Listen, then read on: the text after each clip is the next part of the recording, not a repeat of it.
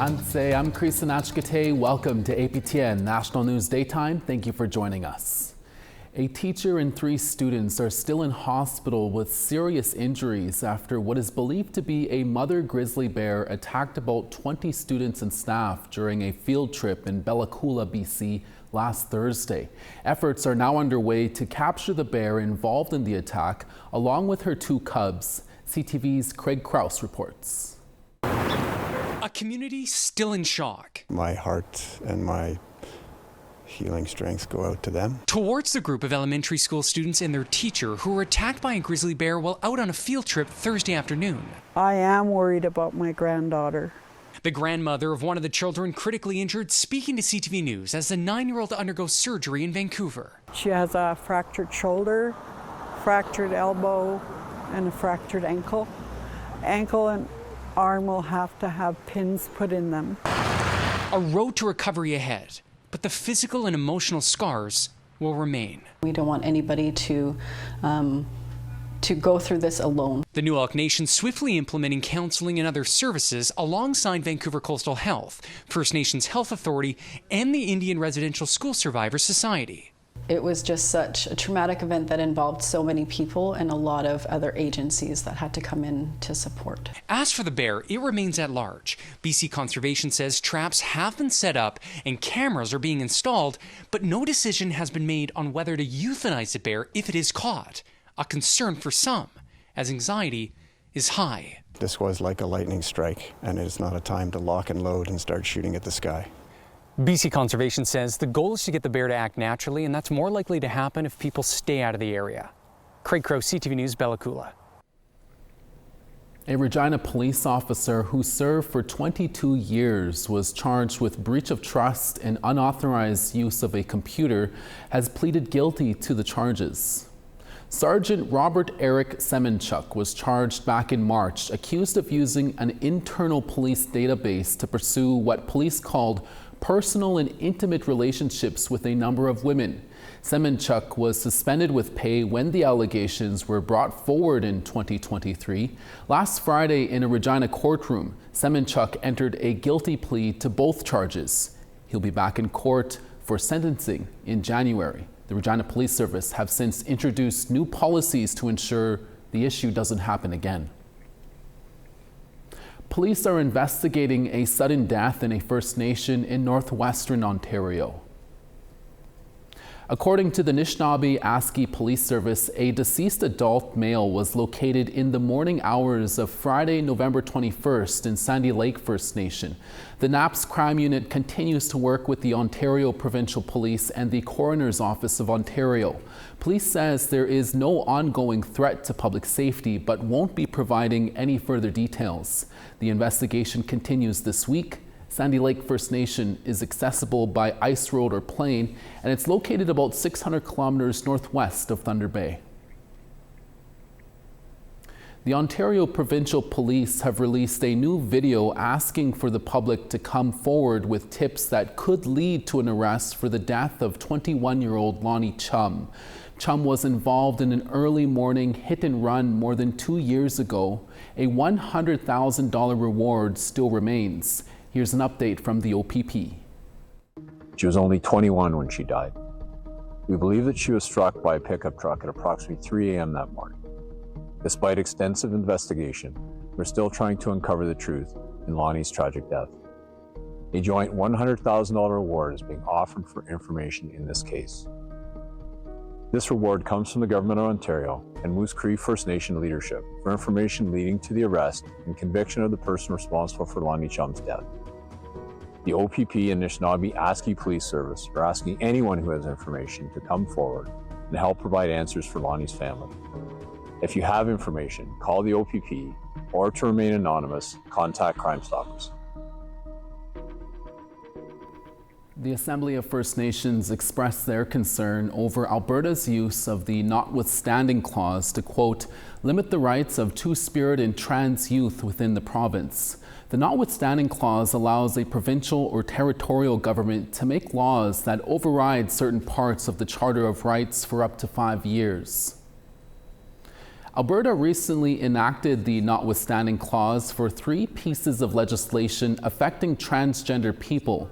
They prevent trans people assigned male at birth from participating in women's sports, require schools to obtain parental consent when a trans student changes their name or pronouns, and prohibits gender-affirming medical treatments for trans minors.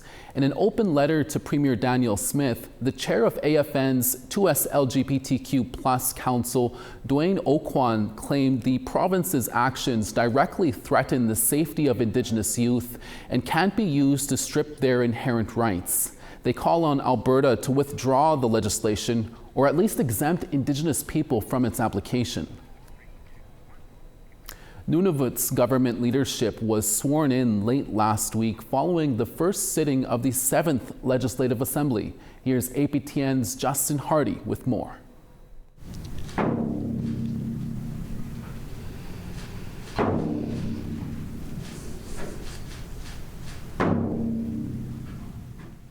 The swearing in of Nunavut's new government leadership was held following the first sitting of the 7th Legislative Assembly.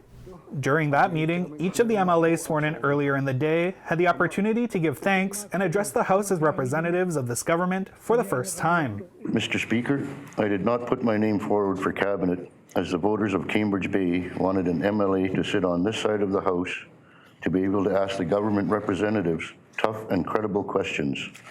This is what I will be doing during the 7th Assembly. After that sitting was concluded, the Assembly was summoned back to the House to allow the swearing in of the Executive Council, starting with Premier John Mayne, who spoke of working together during his first speech as Premier.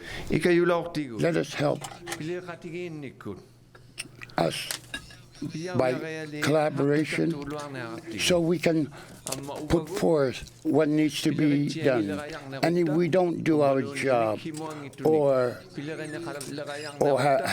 have sidetracked, we will be accountable. The ceremony also revealed the new cabinet's roles. Each ministry was assigned by the Premier and announced as each new cabinet member was sworn in. Along with the Premier's seat, John Mayne will be serving as the Minister of Finance and the Minister of Executive and Intergovernmental Affairs. George Hicks has been named Deputy Premier, Minister of Justice, and Minister of Transportation and Infrastructure Nunavut. David Akerak was assigned Government House Leader, Minister of Education, and the Minister responsible for Nunavut Arctic College. Janet Bisirak-Brewster will serve as Health Minister. Gwen Healy-Akerak is the new Minister of Family Services and the Minister responsible for the Killick Energy Corporation. Brian Kunu has been assigned Minister of Environment and Minister of Culture and Heritage. Cecile Nilvana Lyle is the Minister responsible for the Nunavut Housing Corporation. Craig Samailak was named Minister of Community Services, and Annie Tatwini will serve as the Minister of Human Resources. Mayne says that each assignment was carefully considered. You're looking at members' strengths, their educational background, their work experience, and also what they're interested in. So there is an aspect of consultation to the process of assigning portfolios. Looking at the team, I'm so excited. We have such a strong cabinet. The next sitting of the Legislative Assembly will not be held until the new year. Justin Hardy, APTN National News, Iqaluit. This past weekend, Métis Nation Saskatchewan held its fall Métis National Legislative Assembly. The agenda included discussions on the nation's response to the federal budget and MNS socio-economic impact. APTN video journalist Rachel May met with MNS officials ahead of the meetings and brings us this report. We're very grateful for the Indigenous streams of funding, particularly in the new funding areas such as infrastructure. Finance Minister for MNS Marg Friesen spoke about the successes and ongoing concerns within the recent federal budget ahead of the Métis Nation Legislative Assembly. With $10 billion set aside for Indigenous involvement in major projects, $3 billion for Canada Infrastructure Bank investments, and $2.8 billion for urban, rural, and northern Indigenous housing strategies, there is plenty of potential benefit. But Friesen says there is still a significant gap. However, there's no Métis distinct or Métis specific stream for funding. We have to compete with our First Nations relations and our Inuit relations for the same dollars. She adds that funding requires proposals, and without multi-year agreements, long-term support is not guaranteed. Another major topic is the new socioeconomic report carried out by MNP. The report looked at fiscal years 2017, 2018 to 2023-2024 and found that for every $1 spent by MNS, $2 goes back into Saskatchewan's economy. President Glenn McCallum says the data shows that the nation is moving in the right direction. The biggest takeaway that you can get from the Métis Nation is taxpayers' dollars. And the importance of those taxpayers' dollars doing the things that we need to do for our people. And it has shown a lot of good results and good outcomes in regards to what we've done. But we've got to continue telling that story. He says he will keep working towards building a stronger nation for Métis citizens in Saskatchewan. So at the end of the day, individuals win, communities win, big cities win, provinces win, and Canada wins. The fall MNLA can be live streamed on the MNS website or attended in person at Prairieland Park in Saskatoon from November 22nd to 23rd. Rachel May, APTN National News, Saskatoon.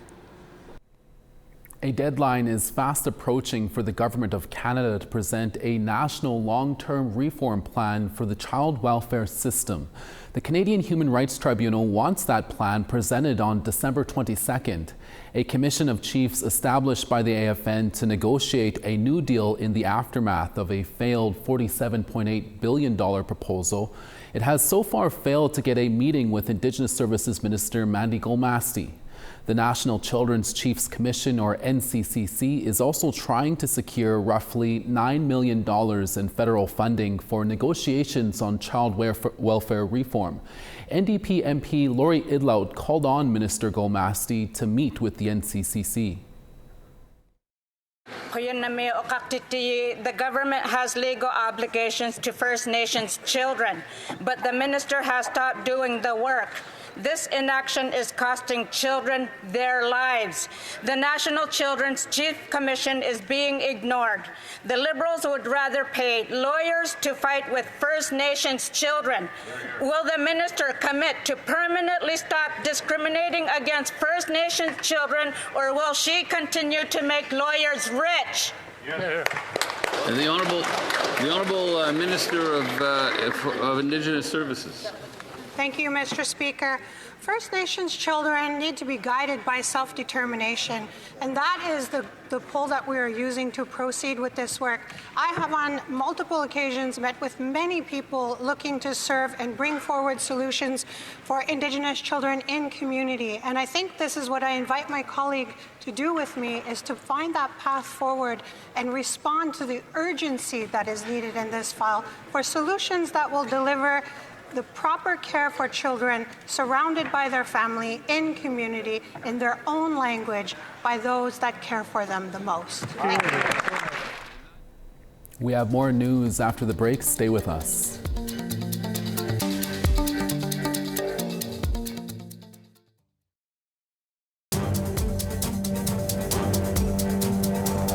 Welcome back. Last Thursday was the annual International Transgender Day or Remembrance, or TDOR.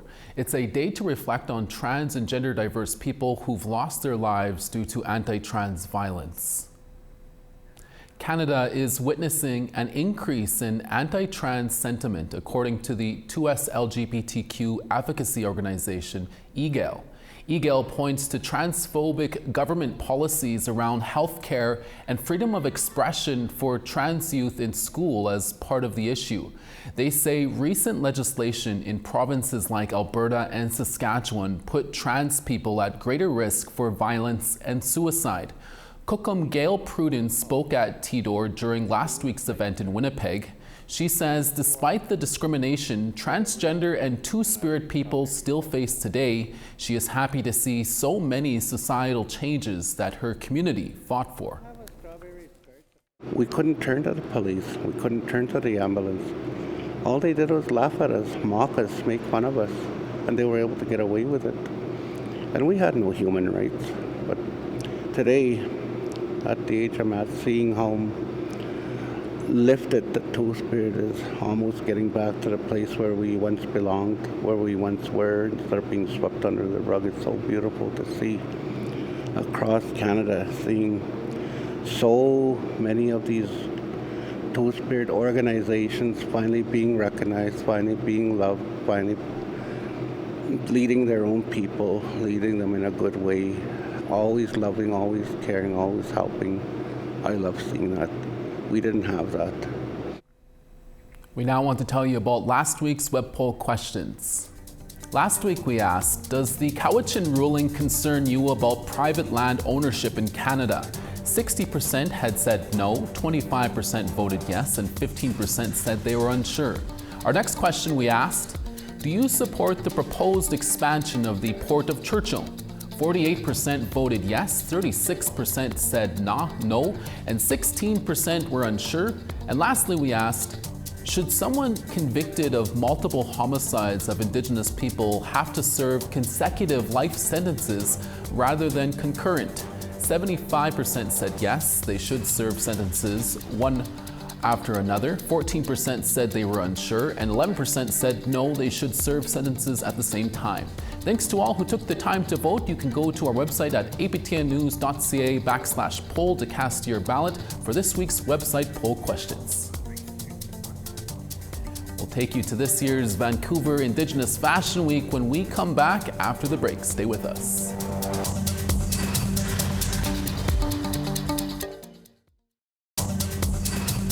Malalan for staying with us. St. John's 4, Halifax 3, and cloudy. Nujuak -2, La Grande River 0. -3 in Saguenay, Quebec City 0. Peterborough 4, Toronto 6. Sudbury 0, Sioux Lookout sunny and 2. Churchill -7, Puckatawagan -7 and cloudy.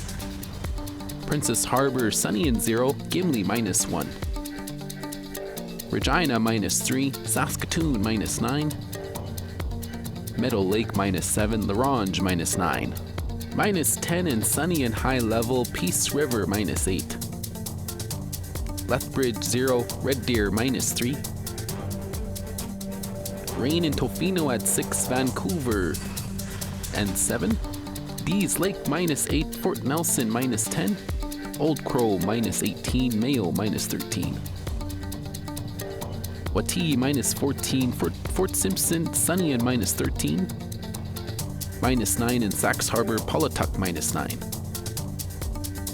-17 in Baker Lake, Chesterfield -11. And Arctic Bay -24, Aglulik -17 and sunny.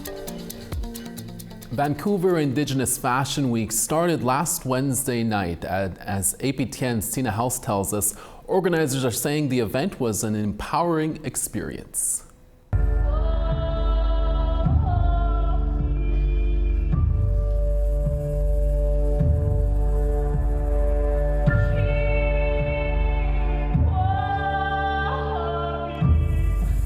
The 2025 Vancouver Indigenous Fashion Week kicked off with the Red Dress Night in honor of murdered and missing women and girls, choreographed by Madeline McCallum. The powerful tribute was meant to raise further awareness of the crisis of MMIWG in Canada. Mandy Campbell was the MC for the evening and says everyone felt the emotions of the opening number. I cried. I was bawling my eyes out behind the stage, and then our crew all surrounded me and they're all holding me and we're all supporting each other in this moment because we all feel the same, that we all have such a huge passion to bring awareness, to bring that light to this dark part of our country. It's a national crisis and we need to do every single thing we can. And not only do we need to find our people, but we need to empower our young people.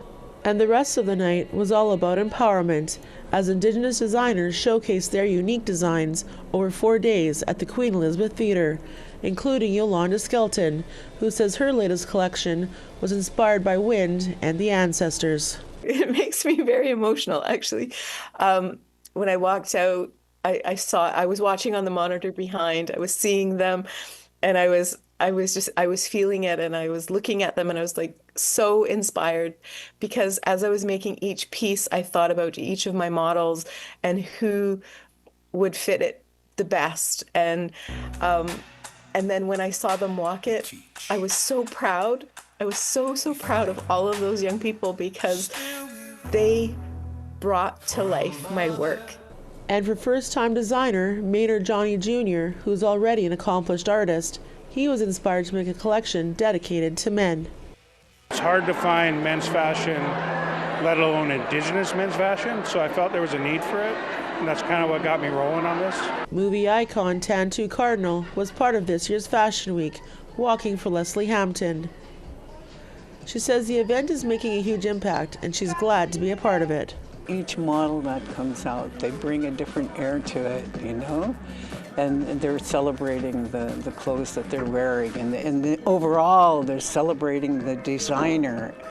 And the designer is celebrating who they are and where they come from, you know? It's really an amazing thing. And for VIFW General Manager Caroline Phelps, VIFW is getting bigger and better every year. I'm a residential day school survivor, so my passion for art and the revitalization of our culture is really important to my heart. With over 23 designers showcasing over 4 days and over 100 Indigenous models, Vancouver Indigenous Fashion Week has taken over Vancouver. Tina House, APTN National News, Vancouver. Looking good, Tina. A museum in Toronto has reopened its doors after undergoing 16 months of renovations. It's a fresh new look that offers space to house Indigenous ceramic artworks. Here's APTN's Annette Francis with that story. The Gardiner Museum is located in downtown Toronto. The main floor was closed due to the major overhaul. It now features the first ever Indigenous ceramics gallery. The idea was to really center Indigenous cultural expression at the Gardiner, to create a defined area where we could really highlight belongings from different Indigenous communities. We partnered with 2 communities in particular, both 6 nations of the Grand River and a number of nations in Manitoulin Island. The museum first opened its door 40 years ago.